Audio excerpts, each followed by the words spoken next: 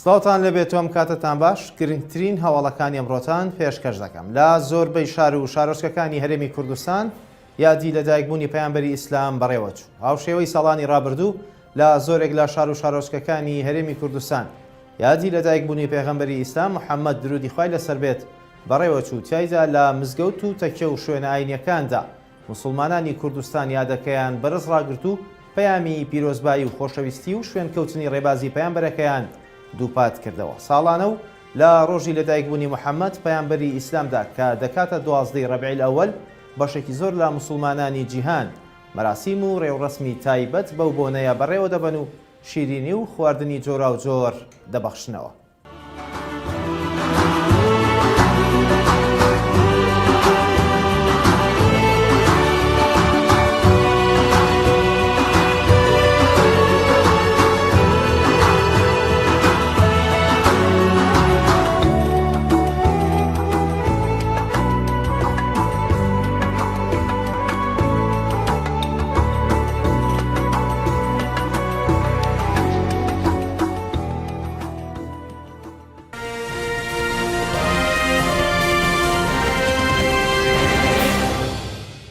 وتەبێژی یەکێتی پۆستی سەرۆک کۆماری عێراق بە مافی حیزبەکەی دەزانێت و پارتیش دەڵێت پشکی هیچ لایەنێکی دیاریکراو نییە. لە دوای کۆبوونەوەی نێوان پارتی و یەکێتی لە سلێمانی لە کۆنگرێکی ڕۆژنەمەوانی ئامین بابەشێخ وتەبێژی یەکێتی نیشتیمانی کوردستان ڕایگەیاند پۆستی سەرۆک کۆماری عێراق پشکی کوردە و لە ناو کوردیشدا پشکی یەکێتیە. لە بەرامبەریشدا محمود محەممەد وتەبێژی پارتی دیموکراتی کوردستان ڕایگەیاند هەرچەندە لە کۆبوونەوەکەدا باسی پۆستی سەرۆک کۆمار نەکراوە، بەڵام سەرۆکی کۆمار پشکی کوردە و لە نێو کورد پشکی هیچ لایەنێکی دیاریکراو نییە و دواتر لیژنە بۆ یەکلایکردنەوەی پۆستەکان پێک دەهێنن. لە ئێستادا لە عێراق و هەرێمی کوردستان جموجۆڵەکانی پێکێنانی حکوومەتی نوێی عێراق دەستی پێکردووە و عێراق بەرەو دوو ئاراستەی نێوان مالیکی و سەدر دەڕوات. ئەگەرچی سەدر زۆرترین کورسی بەدەست هێناوە، بەڵام گەورەترین کوتلە دەتوانێت کاندیدی سەرۆکوەزیران پێشکەشی پەرلەمان بکات. وەزارەتی سامانە سروشتیەکانی حکوومەتی هەرێم ڕایگەیاند بەڕێکەوتنێکی نوێ لەگەڵ حکوومەتی عێراق بەشێک لە کێشەی بەنزین چارەسەر کراوە. بەشێک لە پەرلەمانتارانیش دەڵێن چارەسەری کێشەی سوتەمەنی بەو شێوەیە ناکرێت.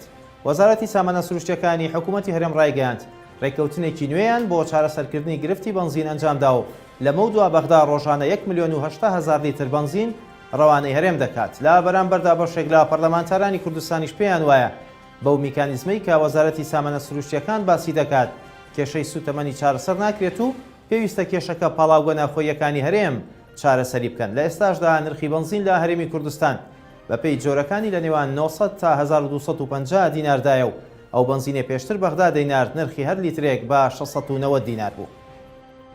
ئێران گەشتیاران ئاگادار دەکاتەوە بەبێ بوونی بەڵگەی تایبەت بە پشکنین و ڤایرۆسی کۆرۆنا ناتوانن بچنە ئەو وڵاتە. لە ڕاگەندراوێکدا ڕاگەیاندن و پەیوەندیەکانی دەواازەی نێودەوڵەتی حاجی ئۆمەران ئاگاداری سەرجەم هاوڵاتیان و گەشتیارانی هەرێم و هەڵگرانی پاسپۆرتی عێراق دەکات. ئەوانەی کە بەنیازن لە ڕێگەی حاجی ئۆمەرانەوە گەشت و سەردانی کۆماری ئیسلامی ئێران بکەن پێویستە جگە لە بڕوانامەی پشکنینی کۆرۆنا کارتی ڤاکسینی کۆرۆناشیان پێبێت. ئەوەش خراوەتە ڕوو هەر هاوڵاتی یان گەشتیارێک هەردوو بڕوانامەی پشکنینی کۆرۆنا و کارتی ڤاکسینی کۆرۆنای پێ نەبێت دەوڵەتی ئێران ڕێگای پێ نادات سەردانی ئێران بکات و دەگەڕێنرێتەوە. وتەبێژی یەکینەکانی پاراستنی گەل ڕایگەیاند مەترسی هێرشێکی دیکەی هاوشێوەی داگیرکردنی عەفرین لەسەر ڕۆژاوای کوردستان هەیە. نوری مەحموود وتەبێژی یەپەگا بە میدیاکانی نزیک لە پەکەکەی وتووە تورکیا لە ڕێگای بەرپرسەکانیەوە هەڕەشەی هێرشێکی نوێی سەربازی بۆ سەر ڕۆژاوای کوردستان دەکات. مەترسیش هەیە ڕێککەوتنێکی هاوشێوەی عەفرین بکرێت. وتوشێتی تورکیا بەتەنیا لە ئازربایجان و عێراق و لیبیا نەوەستاوە، بەڵکو دەیەوێت سنووری تورکیا تێپەڕێنێت و سەڵتەنەیەکی ئەردۆغانی بنیاد بنێت. وتەبێژەکەی یەپەگا ئاماژەی بۆ ئەوەش کردووە حکوومەتی رووسیا و سووریا لە بەرامبەر هەڕەشەکانی ئەردۆغاندا بێدەنگن و بەرژەوەندی خۆیان لە بەرچاو دەگرێت. پێشتریش وتەبێژی یەپەگە باگەیاندبوو لە 6 مانگی ڕابردوودا تورکیا 306 هێرشی بەچەکی قورس کردووەتە سەر ناوچەکانی عین عیسا و گرێسپی و چەندین ناوچەی جیاجیای باکوور و ڕۆژهەڵاتی سووریا و 16 جاری هێرشی ئاسمانی ئەنجام داوە. خواتان لەگەڵ.